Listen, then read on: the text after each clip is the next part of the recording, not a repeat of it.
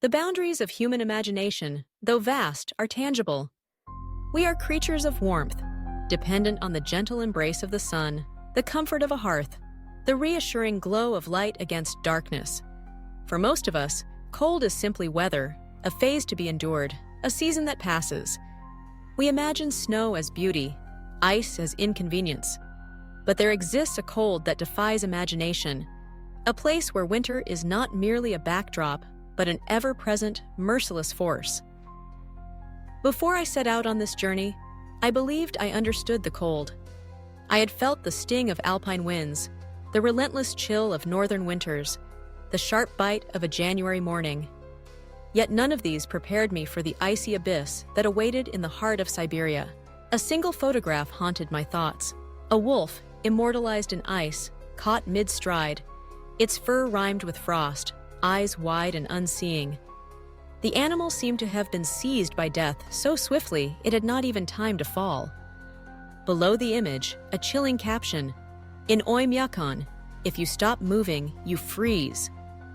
That line echoed in my mind, a prophecy and a dare, as I prepared to step into the unknown. Our journey began in the bustling, frost-bitten metropolis of Moscow. There, the cold felt familiar, biting but bearable, tempered by civilization's warmth. We boarded a flight eastward, soaring over the infinite forests of Siberia, the Ural Mountains vanishing beneath us. As city lights faded from my view, replaced by endless white, I felt the world shrinking, civilization receding behind a veil of snow. We landed in Yakutsk, a city legendary for its cold, where winter's grip is unyielding and the air itself seems crystalline. Here, temperatures of 40 degrees were not an exception, but the rule. And yet, Yakutsk was merely the threshold. Our true destination lay further still, at the end of a journey that would test the limits of human endurance. From Yakutsk, we embarked on an 18-hour odyssey down the notorious Kolyma Highway, the Road of Bones. Built on the suffering of countless Gulag prisoners, it is a path haunted by history, where the bones of the dead mingle with the permafrost. Our vehicle, an aging but stalwart UAZ, became our lifeline, the thin shell of metal and glass, all that separated us from the killing cold. Inside, the heater chugged valiantly, but the cold seeped in, slipping through the tiniest of cracks, frosting the windows from within. Every breath condensed into a cloud, vanishing almost as soon as it appeared. Outside, the world was monochrome, snow-laden forests, skeletal trees draped in white, the road stretching forward into oblivion. Conversation dwindled as we pressed on, the hush broken only by the engine's drone and the crunch of tires on snow. The sense of isolation grew with each passing kilometer. We were venturing into a realm where the rules of life and death are written by winter. At last, after hours that seemed to stretch and fold upon themselves, the guide pointed to a faint glow in the distance. "Oymyakon," he whispered. "We have arrived." The village, legendary as the coldest inhabited place on Earth, lay before us, its few scattered lights flickering in the vast, frozen dark. The engine died, and an oppressive silence settled over us. Not the silence of a quiet night, but the stillness of a world frozen in time, a silence so deep it pressed against the skin. I glanced at the digital thermometer mounted outside. 60.5 degrees C. The numbers gleamed red, a warning written in fire against the abyss. Bundled in layer upon layer of insulation, thermal underwear, wool, fleece, reindeer fur, so heavy I could barely move, I felt less like a traveler and more like an explorer on a distant, hostile planet. My hat, gloves, and boots were all fashioned from reindeer hide, the only barrier between my flesh and the elements. The moment the car door opened, the cold struck, not as a gradual chill, but as a physical blow. The air was so dense, so utterly devoid of moisture, it felt as though I were inhaling shards of glass. A fit of coughing racked my chest, my lungs burning with each breath. The air so arid, it sucked the warmth from every cell.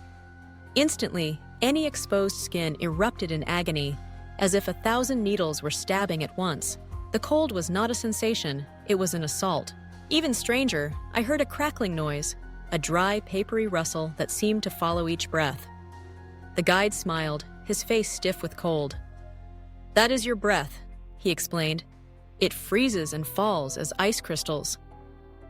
Here, even the act of breathing became a reminder of life's transience, a sound that underscored our vulnerability. Oymyakon itself was spectral in the moonlight, every surface coated in rime, every structure encased in frost. The wooden houses looked abandoned, their windows black and empty, their roofs sagging under the weight of ice. Power lines sagged like weary sentinels. Burdened by the relentless accumulation of winter, we ventured outside, cameras in hand, compelled to capture the ghostly beauty. But technology faltered. My phone died within seconds, the camera batteries drained by the cold. Even machines, it seemed, could not withstand the onslaught. My companion's eyelashes sparkled with frozen breath, his mustache studded with tiny icicles. We tried to speak, but our lips barely moved, the muscles stiff, the words swallowed by the void. Pain gnawed at my fingers, the cold penetrating glove and flesh alike. I reached to adjust the camera, and the instant my skin brushed the metal, a jolt of agony shot up my arm. The cold was electrical, merciless, unmediated by anything but the thinnest barrier. Then came the moment of true fear. Distracted by my work, I failed to notice the creeping numbness until my companion's alarmed shout broke the spell. My nose, he said, was white, unnaturally so. I looked at my reflection, and dread seized me. Frostbite had set in. The guide's urgency was unmistakable. "Inside, now!"